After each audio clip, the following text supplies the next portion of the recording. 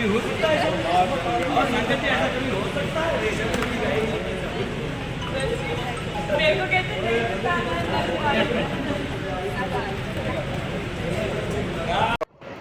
आपण पहिलगावमध्ये सुरतला गेले होते. काय नेमकी घटना घडलेली होती की अतिरेक्यांनी गोळीबार हल्ला केला? मी कृष्णा मधुकर लोलके.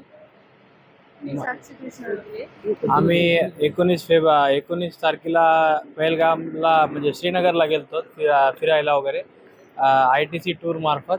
मग आम्ही 21 तारखेला चेक इन केलं पहलगाममध्ये आणि आम्ही तिथं एक दिवस रेस्ट केला. दुसऱ्या दिवशी आम्ही 22 तारखेला तिथले साईट सीइंग करायला गेलो होतो. तर तिथं 8 साईट सीइंगचं आमचं पॅकेज होतं.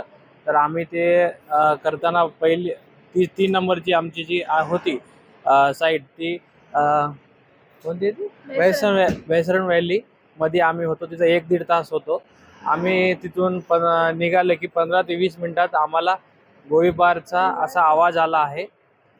मग आम्हाला जसा आवाज आला, आमचे जे घोडेवाले जे होते हेल्पर, तर त्यांनी ताबडतोब आम्हाला तिथून म्हणजे तिथून काढून हॉटेलमध्ये ट्रान्सफर केलं आम्हाला. तर असं म्हणजे नंतर का आम्हाला कळालं की ते आतंकवादीनं पहिले आम्हाला फक्त गोळीबारचा आवाज आला होता. नंतर आम्हाला कळालं की आतंकवादी हल्ला झाला. मग आम्ही हॉटेलच्या रूममध्ये गेल्यावर आम्हाला थोडासा हे वाटलं. मग आम्ही सगळ्यांना सांगितलं की असं असं झालं म्हणून.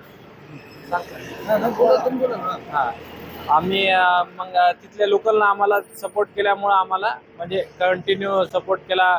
हॉटेलला ट्रान्सफर केलं त्यांनी आम्हाला हे केलं समजा. तुम्ही तिथं फिरायला गेलो होता बरोबर आहे? तिथं पोलीस वगैरे हां, तिथं म्हणजे जसं हल्ला झाला तसं ताबडतोब मध्ये म्हणजे 2च मिनिटात आर्मी, CRPF, चॉपर वगैरे सगळे चालते फास्टमध्ये. कारण जवळच आहे ना तिथं कॅम्पस त्यांचं. पहिले काय नव्हतं का तिथं? पहिले होतं पण त्या ह्याला नव्हतं, व्हॅलीमध्ये नव्हतं. अच्छा. हां, तिथं पोलीसवाले कोण नव्हते, काय नाही.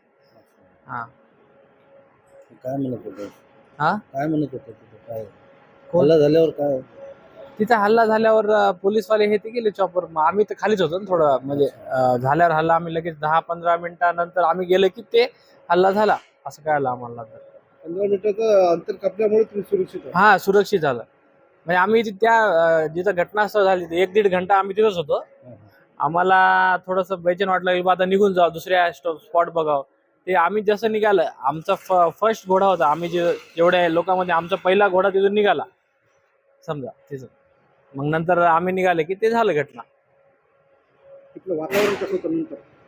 वातावरण एकदम असं आर्मी हे ते सगळीकडं जागोजागी आर्मी सिक्युरिटी वगैरे होते. त्याच्यामुळं बाहेर निघालं का? बाहेर निघाला काही चान्स नव्हता.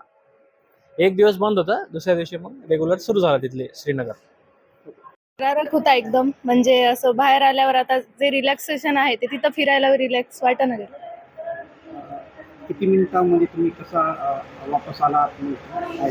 15 ते 20 मिनिटाचाच फरक होता, जास्त काही गॅप नव्हता. तेवढ्यावरूनच थोडक्यात वाचल्यासारखं झालं. किती मनामध्ये हा, तिथं होतो तेव्हा भीती होती. इथं आल्यावर आता एकदम रिलॅक्स, काही टेन्शन नाही. तरी पण ते अतिरेकी हल्ले करत होते आणि त्यांना जीव दिलेला आहे. असं काय तिथं काय असं घडलं होतं? काय काय म्हणत होते?